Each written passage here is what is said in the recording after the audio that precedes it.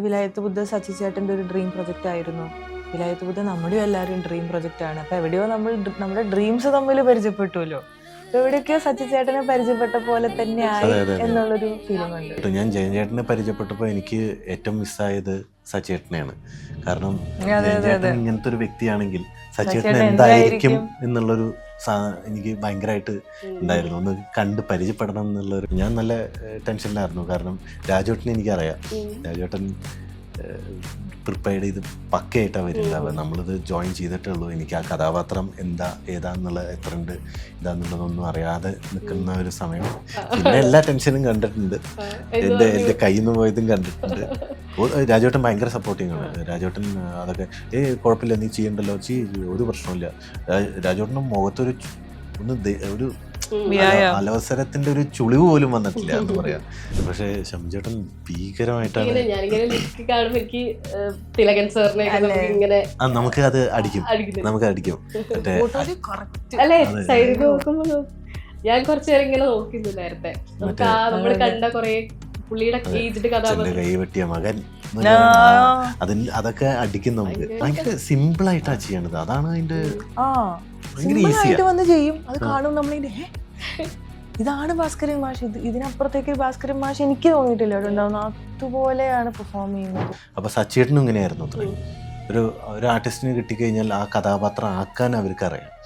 അപ്പൊ അതേ ക്വാളിറ്റി ജയൻചേട്ടനും കിട്ടിയിട്ടുണ്ട്. വിലായത്ത് ബുദ്ധയുടെ വിശേഷങ്ങളുമായി എൻ്റെ കൂടെ ഉള്ളത് Priyamvada and Dhruvan. Welcome. Thank you. Hi. ചൈതന്യത്തിന് പറയുകയാണെങ്കിൽ ചൈതന്യം ഏറ്റവും സ്ട്രോങ് ആയിട്ടുള്ള ഒരു കഥാപാത്രമാണ്. അപ്പം നമ്മളെപ്പോഴും സാറിനെയും പറയും അല്ലെങ്കിൽ മോഹനനെയും പറയുമെങ്കിലും ചൈതന്യമാണെങ്കിലും അമ്മയാണെങ്കിലും അത്രയും സ്ട്രോങ് ആയിട്ട് അതിൽ നിൽക്കുന്ന കഥാപാത്രങ്ങളാണ്. ചൈതന്യത്തിന് കഥയുടെ അവസാനത്തേക്കൊക്കെ വരുമ്പോൾ എത്രമാത്രം ഇമ്പോർട്ടൻസ് ഉണ്ടെന്ന് വായിച്ച ആളുകൾക്ക് അത് അറിയാം. അപ്പം അതിൻ്റെ ഒരു ചാലഞ്ച് ഉണ്ടല്ലോ, ഇതുവരെ ചെയ്തതിനൊക്കെ വ്യത്യസ്തമായിട്ട് വളരെ ബോൾഡായിട്ടുള്ള, എന്നാലും ഒരു എഴുതി അവിടെ വെച്ചിട്ടുണ്ട്. ഓൾറെഡി ജീവനുള്ള ഒരു ഇത് അവിടെ ഉണ്ട് എന്നുള്ളതല്ലേ. എങ്ങനെയാ ഒരു ചാലഞ്ചിനെ ആക്സെപ്റ്റ് ചെയ്തതും പ്രിപ്പയർ ചെയ്തതും ഒക്കെ? കഥ ആദ്യം വായിക്കുമ്പോൾ ഈ എന്താ പറയാ, ഈ ക്യാരക്ടറിന്റെ ഒരു ആ ഡെപ്തും എഴുതി വെച്ചിരിക്കുന്ന രീതിയും ശരിക്കും ആസ് എൻ ആക്ടർ നമ്മളെ ഭയങ്കര എക്സൈറ്റ് ചെയ്യിപ്പിക്കും. കാരണം എപ്പോഴെങ്കിലും ഇങ്ങനത്തെ ഒരു കഥാപാത്രം ചെയ്യാൻ പറ്റണേ എന്നുള്ളൊരു ഹോപ്പിലാണല്ലോ നമ്മൾ ഓരോ സിനിമകൾ ചെയ്യുന്നത്. അപ്പൊ ഇത് വന്നപ്പോ എന്താ സ്വപ്നം കണ്ടതിനേക്കാളും കൂടുതൽ എന്തോ കയ്യിലേക്ക് വന്ന പോലെ. പിന്നെ ഇന്ദുഗോപൻ ചേട്ടൻ ഇത് എഴുതി വെച്ചിരിക്കുന്നത് അതിന്റെ മുകളിലേക്ക് വേറെ ഒന്നുമില്ല. അപ്പൊ ഞാൻ ഇന്ദുഗോപൻ ചേട്ടനായിട്ട് ഇരുന്ന് കുറേ സംസാരിക്കുമായിരുന്നു. ആ സമയത്ത് കുറേ ചുമ്മാ സംസാരിക്കും, പിന്നെ ക്യാരക്ടറിനെ കുറിച്ച് സംസാരിക്കും. അതായത് ആളാണല്ലോ ഈ ക്യാരക്ടേഴ്സിന്റെ ഒക്കെ അമ്മ. അപ്പൊ ആളോട് സംസാരിക്കുമ്പോൾ നമുക്ക് എന്താണ് കുറേം കൂടി ആളുടെ ആ ലോകത്തിലേക്ക് നമ്മളിങ്ങനെ കൊണ്ടുപോകും, തിരിച്ചു കൊണ്ടുവരും. ബട്ട് ഭയങ്കര രസമായിരുന്നു കേട്ടോ. ഞാൻ ആ പ്രോസസ്സ് ശരിക്കും ഒരു പ്രോസസ്സ് തന്നെയായിരുന്നു. ഞാൻ വളരെയധികം എൻജോയ് ചെയ്തിട്ടുണ്ട്. ഒറ്റ ദിവസം പോലും എനിക്ക് തോന്നുന്നു ഞാൻ മറക്കില്ലേ ഇതിന്റെ ഒരു എക്സ്പീരിയൻസ്. കാരണം ഇതിലിപ്പം ഞാൻ ഓർക്കുന്ന ഒരു സീന്, ശർക്കര ചൂടുള്ള ശർക്കരയിൽ കൈയിട്ട് അത് ബോളാക്കുന്ന ചൈതന്യം എന്നൊക്കെ പറയുന്ന കുറെ ഇത് ഒരു സൈഡിൽ ഇങ്ങനെ ഓർക്കുന്നുണ്ട്. അനി കാണാൻ വരുമ്പോഴാണ് തോന്നുന്നു അല്ലെ, ആ സീനിലാന്ന് തോന്നുന്നത്. അപ്പൊ അതൊക്കെ ഇങ്ങനെ ഡീറ്റെയിൽ ആയിട്ട് ഇന്ദുഗോപൻ ചേട്ടൻ ഞാനിങ്ങനെ ഇമാജിൻ ചെയ്യണം ആ വീടിന്റെ പിന്നാമ്പുറത്തുള്ള ശർക്കരയൊക്കെ ഇതാക്കുന്നത്. അപ്പൊ അങ്ങനെ കുറെ കാര്യങ്ങളിൽ ആക്ടിവിറ്റീസ് ഉണ്ടല്ലോ. ഉണ്ട്. ആൻഡ് ഇപ്പോ എന്താണ്, ഞാൻ ഇതുവരെ ആരും ശർക്കര ഉരുട്ടണത് കണ്ടിട്ടില്ല. ഞാൻ ഇപ്പൊ തൃശ്ശൂരിൽ നിന്നാണ്. അവിടെ ശർക്കര ഉരുട്ടുന്നതോ ശർക്കര ഉണ്ടാക്കുന്നതോ ഇല്ലല്ലോ. നമ്മള് പാക്കറ്റ് മറയൂർ ശർക്കര മേടിക്കല്ലേ ചെയ്യുന്നുള്ളൂ. അപ്പൊ അവിടെ പോയപ്പോ ഇപ്പൊ ഇങ്ങനത്തെ ഒരു സീൻ ഉള്ളത് കൊണ്ട് ഇപ്പൊ ഒറ്റ സീനിലാണ് ഞാൻ ശർക്കര ഉരുട്ടണെങ്കിലും അത് ആദ്യമായിട്ട് ചെയ്യുന്ന ഒരു ആക്ടിവിറ്റി പോലെ തോന്നരുത്. അത്രയും കോൺസെൻട്രേറ്റ് ചെയ്ത് ചെയ്യാണ്ട് ഇപ്പൊ അനി വന്ന് സംസാരിച്ചാലും എന്തൊക്കെയാണെങ്കിലും ഇത് മസിൽ മെമ്മറി പോലെ ആയിരിക്കണം. അപ്പൊ അതിനെ ഞാൻ ശരിക്കും ശർക്കര ഉരുട്ടി തന്നെ പഠിക്കണം. അപ്പൊ അത് അവിടെ മറയൂര് പോയി കുറച്ചു ദിവസമൊക്കെ ശർക്കര ഉരുട്ടിലായിരുന്നു പരിപാടി. പക്ഷെ അതൊക്കെ ഭയങ്കര രസമുള്ള എക്സ്പീരിയൻസസ്. അത് ഈ പടം കാരണം എനിക്ക് മാത്രം കിട്ടിയ ഒരു എക്സ്പീരിയൻസ് ആണ്. എന്താ പ്രിപ്പറേഷൻസ് ഉണ്ടായിരുന്ന ഒരു ഓഫീസർ രീതിയിലേക്ക്? ഇല്ല, ഇത് ഓൾറെഡി സ്റ്റാർട്ട് ചെയ്ത സമയത്താണ് ഞാൻ ജോയിൻ ചെയ്യണത്. അപ്പോൾ എനിക്ക് അങ്ങനെ ഏതാണെന്ന് കൃത്യമായിട്ട് എനിക്കും അറിയണ്ടായിരുന്നില്ല. അപ്പോൾ ജയൻ ചേട്ടനാണ് എന്നെ ആ ക്യാരക്ടർ എന്താ എന്നാക്കിയിട്ട് മോൾഡ് ചെയ്യണ്ടായിരുന്നു. ജയൻ ചേട്ടൻ അത് കൃത്യമായി അതല്ല, എനിക്ക് വേറെ വേണം, അത് ശ്രദ്ധിക്കുക, ഇത് ശ്രദ്ധിക്കുക എന്ന് പറഞ്ഞാൽ ഭയങ്കരമായിട്ട് ഹോൾഡ് ചെയ്ത് പിടിച്ചത് ജയൻ ചേട്ടൻ തന്നെയാണ്. ജയൻ ചേട്ടനെ പറയണം, കാരണം സച്ചിയേട്ടൻ്റെ ഒരു സ്വപ്നം പിന്നീട് ജയൻ ചേട്ടൻ സത്യമായിട്ടും ഞാൻ ജയൻ ചേട്ടനെ പരിചയപ്പെട്ടപ്പോൾ എനിക്ക് ഏറ്റവും മിസ്സായത് സച്ചേട്ടനെയാണ്. കാരണം ജയൻ ചേട്ടൻ ഇങ്ങനത്തെ ഒരു വ്യക്തിയാണെങ്കിൽ സച്ചേട്ടൻ എന്തായിരിക്കും എന്നുള്ളൊരു എനിക്ക് ഭയങ്കരമായിട്ട് ഉണ്ടായിരുന്നു. ഒന്ന് കണ്ട് പരിചയപ്പെടണം എന്നുള്ളൊരു ആഗ്രഹം ഉണ്ടായിരുന്നു. ഈവൻ സച്ചി ചേട്ടന്റെ മുമ്പത്തെ മൂവീസ് ഒക്കെ കാണുമ്പോൾ നമുക്കിടയ്ക്ക് ചില സിനിമകൾ കാണുമ്പോൾ തോന്നില്ലേ, ഓ ഈ ഡയറക്ടറിന്റെ കൂടെ എപ്പോഴെങ്കിലും വർക്ക് ചെയ്യാൻ പറ്റണേ. ബട്ട് വിലായത്ത് ബുദ്ധ സച്ചി ചേട്ടന്റെ ഒരു ഡ്രീം പ്രൊജക്റ്റ് ആയിരുന്നു. വിലായത്ത് ബുദ്ധ നമ്മുടെയും എല്ലാവരും ഡ്രീം പ്രൊജക്റ്റ് ആണ്. അപ്പൊ എവിടെയോ നമ്മുടെ ഡ്രീംസ് തമ്മിൽ പരിചയപ്പെട്ടുല്ലോ. അപ്പൊ എവിടെയൊക്കെയോ സച്ചി ചേട്ടനെ പരിചയപ്പെട്ട പോലെ തന്നെ ആയി എന്നുള്ളൊരു. അല്ല, ആ പേര് പോലും രക്തചന്ദനം മാറ്റി വിലായത്ത് ബുദ്ധിയാക്കിയത് പുള്ളിയാണെന്ന് സന്ദീപേട്ടൻ പറഞ്ഞിട്ടുണ്ട്. ഇത് ഓമചേട്ടന്റെ ആ ഒരു ചെറിയ ബുക്കായി വരുന്നത് ആ സമയം തൊട്ട് അങ്ങനെ ഒരാൾ അതിന്റെ ഒപ്പം ഉണ്ട് എന്നുള്ളതാണ്. ജയൻ ചേട്ടനോടുള്ളൊരു വർക്കിംഗ് എങ്ങനെയാ? ഭീകരമാണ്. ഭീകരം എന്ന് പറഞ്ഞാൽ എങ്ങനെയുള്ളൊരു ഡയറക്ടറാ? സൂപ്പർ ഡയറക്ടർ, നല്ലൊരു ഡയറക്ടറാണ്. നല്ല ഡയറക്ടറാണ്. ഭയങ്കര ആർട്ടിസ്റ്റിന് ഭയങ്കര എങ്ങനെ ആ കഥാപാത്രത്തിലേക്ക് എത്തിക്കാം എന്നുള്ളത് പുള്ളിക്ക് അറിയാം. അത് എനിക്ക് ഞാനപ്പോൾ ചോദിച്ചിട്ടുണ്ട്, ഇപ്പം മുമ്പൊക്കെ ഇങ്ങനെ ഇരിക്കുമ്പോൾ ചോദിച്ചാൽ എങ്ങനെയാണ് ചേട്ടത് ഇങ്ങനെ. അപ്പോൾ സച്ചേട്ടനും ഇങ്ങനെയായിരുന്നു. അത്ര ഒരു ആർട്ടിസ്റ്റിന് കിട്ടിക്കഴിഞ്ഞാൽ ആ കഥാപാത്രം ആക്കാൻ അവർക്ക് അറിയാം. അപ്പൊ അതേ ക്വാളിറ്റി ജയൻ ചേട്ടനും കിട്ടിയിട്ടുണ്ട്. അപ്പൊ അതൊക്കെ ഭയങ്കര ഗുണം ചെയ്തിട്ടുണ്ട്. എന്റെ കരിയറിൽ തന്നെ ഗുണം ചെയ്തിട്ടുണ്ടാവും. ബാക്കി സ്ക്രീനിൽ കാണാന്നല്ലേ. എങ്ങനെയായിരുന്നു ജയൻ ചേട്ടൻ്റെ കൂടെ വർക്ക്? അടിപൊളി എക്സ്പീരിയൻസ്. ജയൻ ചേട്ടന്റെ കൂടെ വർക്ക് ചെയ്യണ്ട, വെറുതെ ഇരുന്ന് സംസാരിച്ചാൽ തന്നെ നമുക്കൊരു എന്താ പറയാ, വീണ്ടും വീണ്ടും സംസാരിക്കാൻ തോന്നും. ഭയങ്കര ടു ദ പോയിന്റ്. വെറുതെ എന്താണോ പറയാനുള്ളത് അത് അതുപോലെ പറയും. പക്ഷെ നമുക്ക് അങ്ങനെ വിഷമാവലോ ഒന്നും തോന്നില്ല. അത്രയും പ്രോപ്പർ സ്ട്രേറ്റ് ഫോർവേഡ് ഒരു മനുഷ്യൻ. ആൻഡ് ജയൻ ചേട്ടൻ എന്നിൽ കാണിച്ചൊരു കോൺഫിഡൻസ് ഉണ്ടല്ലോ, അതായത് എൻ്റെ പ്രീവിയസ് ആയിട്ടുള്ള കുറേ പെർഫോമൻസസ് കാണാൻ മാത്രം ഒന്നുമില്ല എനിക്ക്. ബട്ട് എന്നാലും എവിടേക്കോ എന്തെങ്കിലും ഒരു പൊട്ടൻഷ്യൽ കണ്ടിട്ടുണ്ടാവണമല്ലോ ഇതുപോലത്തെ ഒരു കഥാപാത്രം വിശ്വസിച്ച് ഏൽപ്പിക്കണമെങ്കിൽ. അതിന് ഞാൻ ജയൻ ചേട്ടനോട് ഇന്നും നന്ദി പറയും. അത് ജയൻ ചേട്ടൻ എന്നിൽ കാണിച്ച കോൺഫിഡൻസ് ആണ്. എനിക്കിപ്പോൾ എന്തൊക്കെ ചാലഞ്ചസ് ഉണ്ടെങ്കിലും എന്നെ കൊണ്ട് പറ്റും. ജയൻ ചേട്ടനെ പോലെ ഒരാൾക്ക് തോന്നിക്കഴിഞ്ഞാൽ പിന്നെ പറ്റണല്ലോ. അങ്ങനെ എനിക്ക് ജയൻ ചേട്ടനോട് വീണ്ടും വർക്ക് ചെയ്യണം എന്ന് നല്ല ആഗ്രഹമുണ്ട്. കാരണം ഭയങ്കര എക്സ്പീരിയൻസ് ആണ് ജയൻ ചേട്ടനോട് വർക്ക് ചെയ്യാൻ. അടിപൊളി, ഭയങ്കര രസമാണ്, ഭയങ്കര ഫണ്ണാണ്. ഏതും തമാശയും കളിയാക്കലും അങ്ങനെയുള്ള ഒരു വ്യക്തിയാണ്. ഈ സിനിമയുടെ ഒരു സീരിയസ്നെസ് വർക്ക് ചെയ്യുമ്പോ തന്നെയാണ്. പക്ഷെ അത് കട്ട് പറഞ്ഞു കഴിഞ്ഞാൽ പിന്നെ വേറെ ആളാ. അടിപൊളിയാണ്. പുള്ളിക്ക് ആ സാധനം കിട്ടണം. പുള്ളി ഉദ്ദേശിച്ച സാധനം കിട്ടിയില്ലെങ്കിൽ സീരിയസ് തന്നെയാണ്. അത് കഴിഞ്ഞു കഴിഞ്ഞാൽ ഫണ്ണാണ്. അത് കളിയാക്കിയിട്ടും തമാശ പറഞ്ഞിട്ടും അതാ സെറ്റ് മാത്രം. ഇതിപ്പം ഇതും ഒരു പുസ്തകം സിനിമയാവുന്നു. ഫസ്റ്റും ആണെങ്കിലും അതൊരു ഭാഗ്യാണ്. അതൊരു ഭാഗ്യം കൂടിയാണ്. പ്ലസ് അതൊരു വലിയ റെസ്പോൺസിബിലിറ്റി കൂടിയായിട്ട് എനിക്ക് തോന്നാറുണ്ട്. ഇപ്പൊ തൊട്ടപ്പനാണെങ്കിലും കുറെ ആൾക്കാർ വായിച്ചൊരു ബുക്കായിരുന്നു. സാറക്കൊച്ച് എന്ന് പറഞ്ഞൊരു ക്യാരക്ടർ കുറെ പേര് മനസ്സിലുണ്ടായിരുന്ന ഒരു ക്യാരക്ടറാണ്. അപ്പൊ അപ്പോഴും ഞാൻ ഫ്രാൻസിസ് നെറോണ ചേട്ടന്റെ കൂടെ ഇരുന്ന് കുറെ സംസാരിക്കുമായിരുന്നു. എന്താണ്, എവിടുന്നാണ്. ഇപ്പൊ പുള്ളിക്കാരൻ പറയായിരുന്നു, ഇന്ന ഒരു കഥാപാത്രത്തിന് ഇൻസ്പിറേഷൻ എടുത്തിട്ടാണ് ഞാൻ ഈ കഥാപാത്രം എഴുതിയത്. ഇത് അപ്പൊ നമ്മൾ ഈ റൈറ്റേഴ്സിനോട് സംസാരിക്കുമ്പോൾ നമുക്ക് ഭയങ്കര നല്ലൊരു ക്ലാരിറ്റി കിട്ടും. ലൈക്ക് എവിടുന്നാണ് ഈ തോട്ടിന്റെ ഒരു ബർത്ത് എന്താണ് നമ്മൾ ശരിക്കും നമുക്ക് കിട്ടും. ഡബിൾ മോഹനെ ഫേസ് ചെയ്യുന്നതാണോ ഫസ്റ്റ് സീൻ? അങ്ങനെ പറയാൻ പറ്റില്ല. അത് ഷൂട്ട് ചെയ്യുമ്പോ ഫേസ് ചെയ്യണത് അതും കുറച്ച് പരിപാടിയുള്ള ഒരു സീനായിരുന്നു ഫസ്റ്റ് തന്നെ ഷൂട്ട് ചെയ്തത്. ഞാൻ നല്ല ടെൻഷനിലായിരുന്നു. കാരണം രാജേട്ടനെ എനിക്കറിയാം. രാജേട്ടൻ പ്രിപ്പയർഡ് ചെയ്ത് പക്കയായിട്ടാണ് വരുന്നുണ്ടാവുക. നമ്മളിത് ജോയിൻ ചെയ്തിട്ടേ ഉള്ളൂ. എനിക്ക് ആ കഥാപാത്രം ഏതാന്നുള്ള എത്ര ഉണ്ട് ഇതാന്നുള്ളതൊന്നും അറിയാതെ നിൽക്കുന്ന ഒരു സമയം. അതിനൊക്കെ ജയൻ ചേട്ടനും ക്രൂ മെമ്പേഴ്സും ഇപ്പോൾ കിരൺ റാഫേൽ എന്ന് പറയുന്ന ചീഫ് അസോസിയേറ്റ് പുള്ളീനെ എനിക്കറിയാമായിരുന്നു മുന്നേ. കാരണം ഞങ്ങൾ ചെയ്ത കുറേ പടങ്ങളിൽ പുള്ളിയുണ്ട്. അപ്പോൾ പുള്ളി മാത്രമേ എനിക്കൊരു പരിചയമുള്ള ഒരാളുണ്ടായിരുന്നുള്ളൂ. പിന്നെ ഗംഗ, വിനോദ് ഗംഗ എന്ന് പറഞ്ഞിട്ടുള്ള അസോസിയേറ്റ്, പുള്ളി ഗംഭീരാണ്. കാരണം പുള്ളി ഒരു ഗംഭീര ആർട്ടിസ്റ്റ് ആണെന്ന് തന്നെ പറയാം. അസോസിയേറ്റ് ആണ്, പക്ഷെ ഗംഭീര ആർട്ടിസ്റ്റാണ്. നമുക്ക് പറഞ്ഞു തരുന്നത് വളരെ ലൈറ്റായിട്ട് ഭയങ്കര എങ്ങനെയാണോ മനസ്സിലാവുക ആ രീതിക്ക് പ്രസന്റ് ചെയ്യാനും അഭിനയിക്കാനും കഴിവുള്ള ഒരു വ്യക്തിയാണ്. ഭയങ്കര രസമാണ്. പുള്ളി ടീം മൊത്തം നല്ല രസമാണ്. അവരുടെ കൂടെ വർക്ക് ചെയ്യുക എന്നുള്ളത് എൻജോയ് ചെയ്ത് വർക്ക് ചെയ്തതാ. രാജേട്ടൻ എന്താ പറഞ്ഞിട്ട് ആ ഒരു ടെൻഷനൊക്കെ ഒന്ന് സെറ്റ് ചെയ്യാൻ വേണ്ടിട്ട് ഇല്ല, ഞാനത് കാണിച്ചിട്ടില്ല. പിന്നെ അതൊക്കെ പൊളിഞ്ഞ് പിന്നെ എല്ലാ ടെൻഷനും കണ്ടിട്ടുണ്ട്. എന്റെ കയ്യിൽ നിന്ന് പോയതും കണ്ടിട്ടുണ്ട്. രാജേട്ടൻ ഭയങ്കര സപ്പോർട്ടിങ് ആണ്. രാജേട്ടൻ അതൊക്കെ കുഴപ്പമില്ല, നീ ചെയ്യണ്ടല്ലോ, ഒരു പ്രശ്നമില്ല. രാജേട്ടൻ്റെ മുഖത്തൊരു ഒരു അലവസരത്തിന്റെ ഒരു ചുളിവ് പോലും വന്നിട്ടില്ല എന്ന് പറയാം. അത്രയും കൂളായിട്ടാണ് പുള്ളി ഹാൻഡിൽ ചെയ്യണത്. ഭയങ്കര കംഫർട്ടാണ് നമുക്ക് കൂടെ വർക്ക് ചെയ്യുമ്പോൾ. ഒന്നുമില്ല, അത് ഈസി ആയിട്ട് ചെയ്യാം എന്നുള്ളൊരു മെന്റാലിറ്റിയിൽ തന്നെ നമുക്ക്, അല്ലെങ്കിൽ ഒന്ന് ആശേ എന്നുള്ളത് ഒന്നും കാണിക്കില്ല. ഭയങ്കര കൂളായിട്ട് ഹാൻഡിൽ ചെയ്യണ ഒരു വ്യക്തിയാണ്. അത് രാജേട്ടൻ്റെ കൂടെ വർക്ക് ചെയ്യാൻ ഭയങ്കര രസമാണ്. രാജേട്ടനാണെങ്കിലും എല്ലാരും പറയുന്നു നാടൻ ലുക്കിലെ രാജേട്ടനെ കിട്ടി, അതുപോലെ റൊമാൻസ് ചെയ്യുന്ന രാജേട്ടനെ കുറച്ചൊരു ഗ്യാപ്പിന് ശേഷം നമ്മൾ കാണുവാണല്ലോ. എങ്ങനെയായിരുന്നു ഒരു റൊമാൻറ്റിക് സീനൊക്കെ? പ്രിപ്പറേഷൻസ് ഉണ്ടാവും രാജേട്ടനൊക്കെ ആയിട്ട്? അല്ലെ പ്രിപ്പറേഷന് ഇപ്പൊ വൃന്ദ മാസ്റ്റർ ആൻഡ് ടീമുണ്ട്.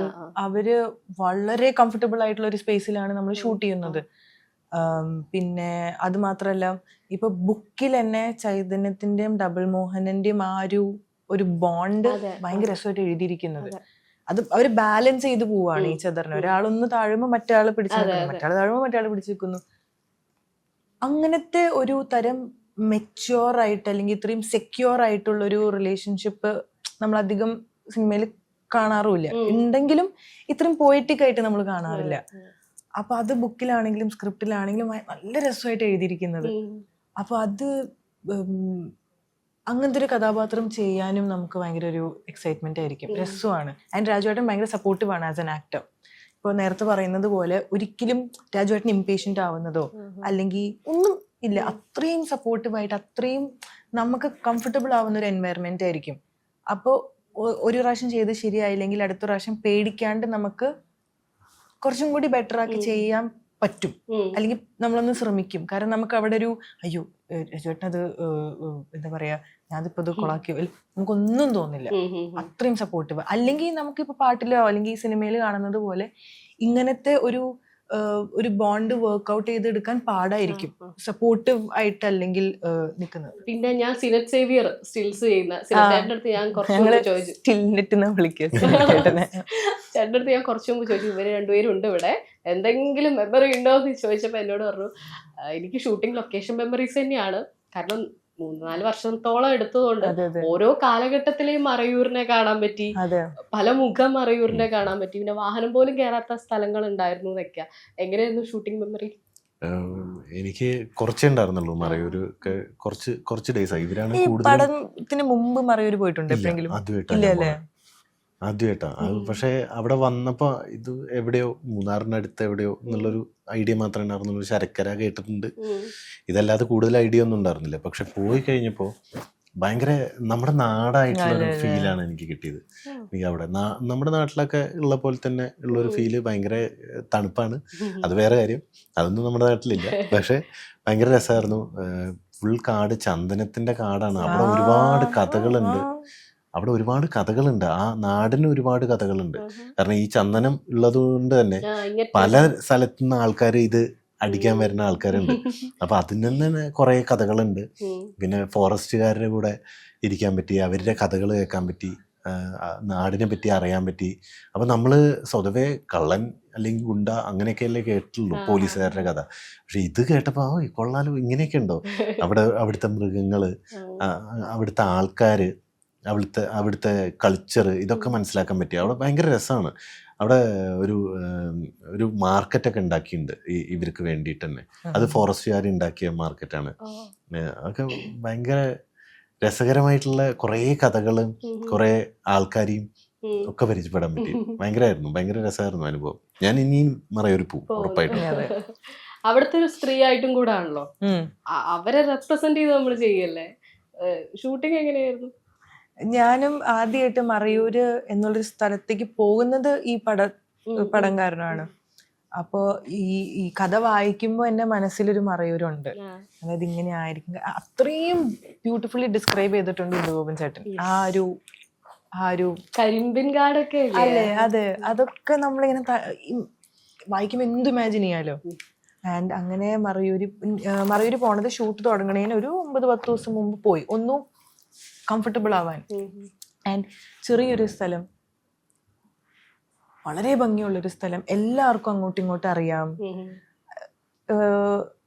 എന്താ ശരിക്കും നേരത്തെ പറഞ്ഞതുപോലെ നമ്മുടെ ഒരു നാടൊക്കെ പോലെ തന്നെ എല്ലാവർക്കും അങ്ങോട്ടും ഇങ്ങോട്ടും അറിയാം. എല്ലാവരും ഒരു ഭയങ്കര യൂണിറ്റി ആൻഡ് ഭയങ്കര ബ്യൂട്ടിഫുൾ, നല്ല തണുപ്പുണ്ട്. ആൻഡ് എന്താണ്, ഞാൻ ആക്ച്വലി മറയൂർ ഇത്രയും വലിയ ടൂറിസ്റ്റ് പ്ലേസ് ആണെന്ന് അറിഞ്ഞത് ഞാൻ ഈ ഷൂട്ടിന് എനിക്ക് അറിയണ്ടായിരുന്നില്ല ആക്ച്വലി. പിന്നെ ഈ കരിമ്പൻകാടൊക്കെ ആക്ച്വലി മൂവിക്ക് വേണ്ടി കൾട്ടിവേറ്റ് ചെയ്ത് അവിടെയാണ് വീട് സെറ്റ് ചെയ്തത്. പക്ഷെ ഇതൊന്നും സെറ്റാന്ന് തന്നെ മനസ്സിലാവില്ല, അത്രയും ഗംഭീരമായിട്ടാണ് കൾട്ടിവേറ്റ് ചെയ്ത് എടുക്കുന്നത്. ബംഗ്ലാന്റെ അതെ അതെ, നമ്മളെ ബുക്കിൽ വായിക്കുമ്പോൾ നമുക്ക് എന്തൊക്കെയാണോ ഇമാജിൻ ചെയ്യാൻ, ഇന്ദുഗോപൻ ചേട്ടൻ എന്തൊക്കെയാണോ ആ വേൾഡിൽ ക്രിയേറ്റ് ചെയ്തിരിക്കുന്നത് അതൊക്കെ ബംഗ്ലാൻ സെറ്റില്. ഇപ്പൊ കരിമ്പൻകാടാണെങ്കിലും. ഷമിചേട്ടനായിട്ട് കോമ്പിനേഷൻ ഉണ്ടോ? ഷമിചേട്ടൻ ചെറിയ കോമ്പിനേഷൻ ഉണ്ട്, പക്ഷെ ഷമിചേട്ടൻ ഭീകരമായിട്ടാണ്. എനിക്ക് തിലകൻ സാറിനെ ഇങ്ങനെ നമുക്ക് അത് അടിക്കും. അല്ലെ, സൈഡിൽ നോക്കുമ്പോ ഞാൻ കുറച്ചു നേരം ഇങ്ങനെ നോക്കുന്നു. നേരത്തെ നമ്മള് കണ്ട കൊറേ പുള്ളിയുടെ ഏജ്ഡ് കഥാപാത്രം, കൈവെട്ടിയ മകൻ, അതൊക്കെ അടിക്കും നമുക്ക്. പക്ക തിലകൻ സാറിന് ശബ്ദവും നേരിട്ട് നിങ്ങൾ കാണുമ്പോൾ നിങ്ങൾക്ക് ഡബിൾ ആയിട്ട് ഞാൻ കൂടുതലും പുള്ളിയുടെ കൂടെ ഇരിക്കണ്ടായിരുന്നു. ഇപ്പൊ ഷൂട്ട് ഇല്ലെങ്കിലും ഡബിങ് ടൈമിലൊക്കെ ഞാൻ പുള്ളി ഡബ് ചെയ്യുമ്പോൾ ഞാൻ അവിടെ പോയിരിക്കും. കാരണം ഇതെന്താ പരിപാടി എന്ന് അറിയാൻ വേണ്ടിയിട്ട് നമ്മൾ അത് മനസ്സിലാക്കാനും പുള്ളിക്ക് പറഞ്ഞു തരാനും ഭയങ്കര ഇഷ്ടമാണ്. ഒരുപാട് ഹെൽപ്പ് ചെയ്തിട്ടുണ്ട്.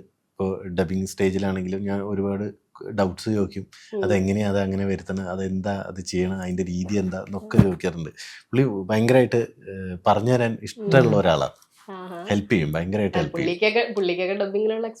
അതെ അതെ അതെ, അതും ഗംഭീരമായിട്ടാണ് പെർഫോമൻസും, ഒരു രക്ഷയില്ല. സാറിന്റെ റോള് തന്നെ അത്രയും ലെയേഴ്സ് ഉള്ള ആ കഥ വായിക്കുന്നതിന് സാർ എന്ന് പറഞ്ഞാൽ ഭയങ്കര സിമ്പിൾ ആയിട്ടാ ചെയ്യണത്. അതാണ് അതിന്റെ ഭയങ്കര ഈസിയായിട്ട് വന്ന് ചെയ്യും. അത് കാണും നമ്മളിങ്ങനെ ഇതാണ് ഭാസ്കരൻ മാഷ്, ഇതിനപ്പുറത്തേക്ക് ഭാസ്കരൻ മാഷ് എനിക്ക് തോന്നിയിട്ടില്ല അവിടെ ഉണ്ടാവുന്ന. അതുപോലെയാണ് പെർഫോം ചെയ്യുന്നതും. ഭയങ്കര സിമ്പിളാ, ഈസിയാണ്. ആ ഒരു ഈസിനെസ്സിലേക്കാണ് നമ്മളൊക്കെ ആഗ്രഹിക്കുന്നത് അല്ലേ? അതെ അതെ അല്ലേ, എപ്പോഴെങ്കിലും ഒക്കെ അതിനൊരു പകുതിയെങ്കിലും എത്താൻ പറ്റിയ. ഷെഡ്യൂൾ പാക്ക് ആയിട്ട് അടുത്ത ഷെഡ്യൂൾ വരുമ്പോൾ നമ്മൾ ആ ക്യാരക്ടറേ അല്ല. പിന്നെ ഒരു 10-15 ടേക്ക് ആയി കഴിഞ്ഞിട്ടാണ് ഇതല്ല അതൊരു ഓക്കെ എന്ന് പറഞ്ഞിട്ടാണ് പിന്നെ അതിലേക്ക് പിടിക്കുന്നത്. ഇപ്പൊ ഞാൻ ഡബ് ചെയ്യുമ്പോഴും കുറെ കഴിഞ്ഞിട്ട് വീണ്ടും ഡബ് ചെയ്യുമ്പോൾ ഞാൻ പഴയത് ഓക്കെ അടിച്ചു വെച്ച അത് വീണ്ടും കേൾക്കും. വീണ്ടും കേട്ടിട്ട് അതെന്താണോ ഞാൻ ആ സമയത്ത് ആലോചിച്ച് അല്ലെങ്കിൽ ആ സമയത്ത് ചെയ്തിരിക്കുന്നത് അത് പിടിച്ചിട്ടാണ് പിന്നെ ഞാൻ കണ്ടിന്യൂ ചെയ്യുക. അങ്ങനെ നമ്മളെ പറ്റണുള്ളൂ. ഇവർക്ക് അതല്ല, ഇവര് പറഞ്ഞു ഇത് വളരെ ഈസിയാണ്. ആൻഡ് ഷമ്മി ചേട്ടന്റെ കൂടെ ഈ പടത്തിലാണ് ഞാൻ ആദ്യമായിട്ട് വർക്ക് ചെയ്യുന്നത്. ഞാൻ ആദ്യമായിട്ട് ഷമ്മി ചേട്ടനെ കാണുന്നത് വിലായത്ത് ബുദ്ധയുടെ സെറ്റിലാണ്. വർക്ക് ചെയ്യണം എന്ന് വളരെയധികം ആഗ്രഹിച്ചൊരു ആക്ടറാണ്. വർക്ക് ചെയ്യാൻ പറ്റിയില്ലെങ്കിലും കാണണം, അതായത് പുള്ളിക്കാരൻ വർക്ക് ചെയ്യണത് എനിക്ക് എപ്പോഴെങ്കിലും ഇരുന്ന് കാണാൻ പറ്റണം എന്ന് ആഗ്രഹിച്ചൊരു ആക്ടറാണ് ഷമ്മി ചേട്ടൻ. ആൻഡ് ഈ പടത്തില് ലാണ് ആദ്യമായിട്ട് കാണുന്നത്, പരിചയപ്പെടുന്നത്. സോ ഇതില് ചൈതന്യവും ഷമ്മി ചേട്ടൻ ചെയ്ത ഭാസ്കരൻ മാഷിന്റെ ഒരു ഡൈനാമിക്സ് അറിയാലോ. ഇതിന്റെ ഒരു ബ്രേക്ക് സമയത്താണ് ഞാൻ ഒരു കട്ടിലൊരു മുറി എന്ന് പറഞ്ഞൊരു പടം ചെയ്യുന്നത്. അപ്പൊ അവര് പറഞ്ഞു പ്രിയയുടെ അച്ഛനായിട്ട് അഭിനയിക്കുന്നത് ഷമ്മി തിലകനാന്ന്. ഇതിന്റെ ഷെഡ്യൂൾ ബ്രേക്കിലാണ്. അതിലാണെങ്കിൽ വളരെ സ്നേഹമുള്ളൊരു അച്ഛനും മോളും, അതായത് മോൾക്ക് എന്ത് പ്രശ്നം ഉണ്ടെങ്കിലും അച്ഛന് മോള്. ഈ പടത്തിലാവുമ്പോ അങ്ങനെയൊന്നും അല്ല, കണ്ണെടുത്ത കണ്ടുകൂടാ, അങ്ങനത്തെ ഒരു ക്യാരക്ടറാണ്. അത് ഭയങ്കര ഇൻട്രസ്റ്റിംഗ് ആയിരുന്നു. അതായത് ഈ സെയിം ആക്ടറിന്റെ കൂടെ ഇതിന്റെ ഒരു ബ്രേക്കിൽ വേറെ തന്നെ ഒരു ബോണ്ടുള്ള 2 ക്യാരക്ടേഴ്സ് ചെയ്യാൻ പറ്റി. അതൊരു വല്ലാത്തൊരു എക്സ്പീരിയൻസ് ആയിരുന്നു. മിന്നൽ വളയ്ക്ക് ശേഷം വലിയൊരു ഓഡിയൻസിലേക്ക് എത്തുക. ചിലപ്പോ ഒരു സിനിമ ഇറങ്ങാൻ നേരം ഒരു ഓഡിയൻസ് എന്തായാലും വിട്ടു. പിന്നെ പാട്ട് അത് പാട്ടുകൾക്ക്, പക്ഷെ നമ്മുടെ വീട്ടിലൊരു പാട്ട് അല്ലെ, നമ്മളെ ഓർക്കുമ്പോ ഒരാളൊരു പാട്ട് ബാക്ക്ഗ്രൗണ്ടിൽ ഇങ്ങനെ ആലോചിക്കാന്ന് പറയുന്നത്. എന്നെ കുറെ ആൾക്കാർ ഇപ്പൊ മിന്നൽ വള എന്നാ വിളിക്കുന്നത്. മിന്നൽ വളയല്ലേ, ഞാനിങ്ങനെ കുറച്ച് ആർട്ടിസ്റ്റ് അല്ല ആ ഭാഗ്യം കിട്ടും പാട്ട് നമുക്കൊപ്പം എന്ന് പറയുന്നത്. ശരിയാണ്. ഇപ്പൊ നമ്മള് ഒരു സിനിമ റിപ്പീറ്റ് ചെയ്ത് കാണുന്നതിനേക്കാൾ എത്രയോ കൂടുതൽ നമ്മളൊരു പാട്ട് റിപ്പീറ്റ് ചെയ്ത് കേൾക്കൂലോ. പാട്ട് music is timeless. And Kaithapram സാറിന്റെ വരികളിലും ജെക്സ് ബിജോയ് സാറിന്റെ മ്യൂസിക്കിലും സിദ് ശ്രീറാമിന്റെ വോയിസ്, സിത്താര ചേച്ചിയുടെ വോയിസ്, ഒരു ബ്രില്യൻ ടീമല്ലേ ഇവിടെ വീണ്ടും ജയിക്സേട്ടൻ. അതെ. അപ്പൊ അത് എനിക്ക് ഭയങ്കര ഭാഗ്യാട്ടോ. ഞാൻ ഒന്നാമത് നമ്മൾ എക്സ്പെക്ട് ചെയ്യുന്നില്ലല്ലോ ഒരു പാട്ടോ സിനിമയോ ഇറങ്ങുമ്പോൾ നമ്മൾ നന്നാവണം എന്ന് പ്രാർത്ഥിക്കുന്നു. പക്ഷെ ഇത് ഇങ്ങനെ ഒരു സ്കെയിലിലേക്ക് പോവും, അതും ഇന്റർനാഷണലി. അതെ. അപ്പൊ അതൊരു എന്താ സംഭവിക്കുന്നേ അങ്ങനെയായിരുന്നു. പക്ഷെ വളരെയധികം സന്തോഷം. പറഞ്ഞ പോലെ ഏതൊരു ആക്ടറിനും ഇങ്ങനെ ആ പാട്ട് കേൾക്കുമ്പോ എല്ലാവർക്കും നമ്മൾ ഓർമ്മ വരണം. അതുപോലെ സുൽഫിക്കർ അലി കഴിഞ്ഞ് എങ്ങനെയാ ആൾക്കാർ ആക്സെപ്റ്റ് ചെയ്തത്? എനിക്ക് കുറച്ച് പേടിയായിരുന്നു. പക്ഷെ ധ്രുവനാണ് നമുക്ക് അറിയാമെങ്കിലും ആദ്യം ഇങ്ങോട്ടെ പുറത്തേക്ക് ഇയാളെ എടുക്കാൻ ഒരു ഇത്തിരി ബുദ്ധിമുട്ടായിരുന്നു. അത്ര ആ കഥാപാത്രം ആ ലുക്കും ഒക്കെ ഭയങ്കരമായിട്ട് അത് ഫിറ്റിനായിരുന്നു അതില്. അതാ എഴുതി വെച്ചിരിക്കണത്. പിന്നെ അങ്ങനെയാണ് മേക്കിങ്. എനിക്കധികം പണിയെടുക്കേണ്ടി വന്നിട്ടില്ല. അതിനുശേഷം ഓഡിയൻസ് റെസ്പോൺസും അല്ലെങ്കിൽ ഇൻഡസ്ട്രിയിൽ നിന്നൊക്കെ ഉള്ള ഒരു റെസ്പോൺസ് എങ്ങനെയായിരുന്നു അങ്ങനെ ഒരു ക്യാരക്ടറിന്റെ ശേഷം? നല്ലതായിരുന്നു, നല്ല റെസ്പോൺസ് ആയിരുന്നു. എല്ലാവർക്കും ഈ പറഞ്ഞ പോലെ ഒരു പേടി, ഒരു ദേഷ്യം ഇതൊക്കെ വന്നായിരുന്നു. അപ്പൊ അത് വരുമ്പോ നമുക്കത് ഓക്കെ നൈസ് എന്നുള്ള ഒരു ഫീലായിരുന്നു. അപ്പൊ നമുക്ക് വിലായത്ത് മുദ്ദ കഴിഞ്ഞ് കാണാം. വെയിറ്റിംഗ് ആണ് റിലീസിന് വേണ്ടി. നവംബർ 21 എന്തായാലും തിയേറ്ററിൽ പോയി കാണണം. തിയേറ്റർ മൂവിയാണ്, കാരണം വലിയ സ്കെയിൽ മൂവിയാണ്. അപ്പൊ തിയേറ്ററിൽ തന്നെ മസ്റ്റ് ആയിട്ട് വാച്ച് ചെയ്യണം, OTT അല്ല. പടം ഇറങ്ങുന്നതിന് മുമ്പ് ഇവിടെ ചിലരോടൊക്കെ പുസ്തകം വായിക്കാൻ പറയും. പുസ്തകം വായിച്ചിട്ടുണ്ട്. പുസ്തകം ആദ്യത്തെ പേജ് വായിച്ച പിന്നെ നിർത്താൻ പറ്റില്ലല്ലോ. അതുകൊണ്ട് ആദ്യത്തെ പേജ് വായിച്ചു. അതെ, ആദ്യത്തെ പേജ് വായിച്ചില്ല, നിർത്താൻ പറ്റില്ലല്ലോ. അപ്പൊ ഞങ്ങൾ പടം കാണാം, പക്ഷെ പുസ്തകം വായിക്കാൻ പറ്റും. ബട്ട് യെസ് 21 തിയേറ്ററിൽ ഇറങ്ങാണ്. സത്യം പറഞ്ഞാൽ നിങ്ങൾ പറയണ കേട്ടിട്ട് എനിക്കൊന്ന് വായിച്ചു കൊള്ളാമെന്നുണ്ട്. കാരണം അപ്പൊ നമ്മൾ മോട്ടിവേറ്റ് ചെയ്തു വായിക്കാൻ വേണ്ടി. ഞാൻ ഉറപ്പായിട്ടും വായിക്കും, അത് എന്തായാലും വായിക്കും. അപ്പൊ നമുക്ക് തിയേറ്ററിൽ നിന്ന് കാണാം. Thank you so much. Thank you.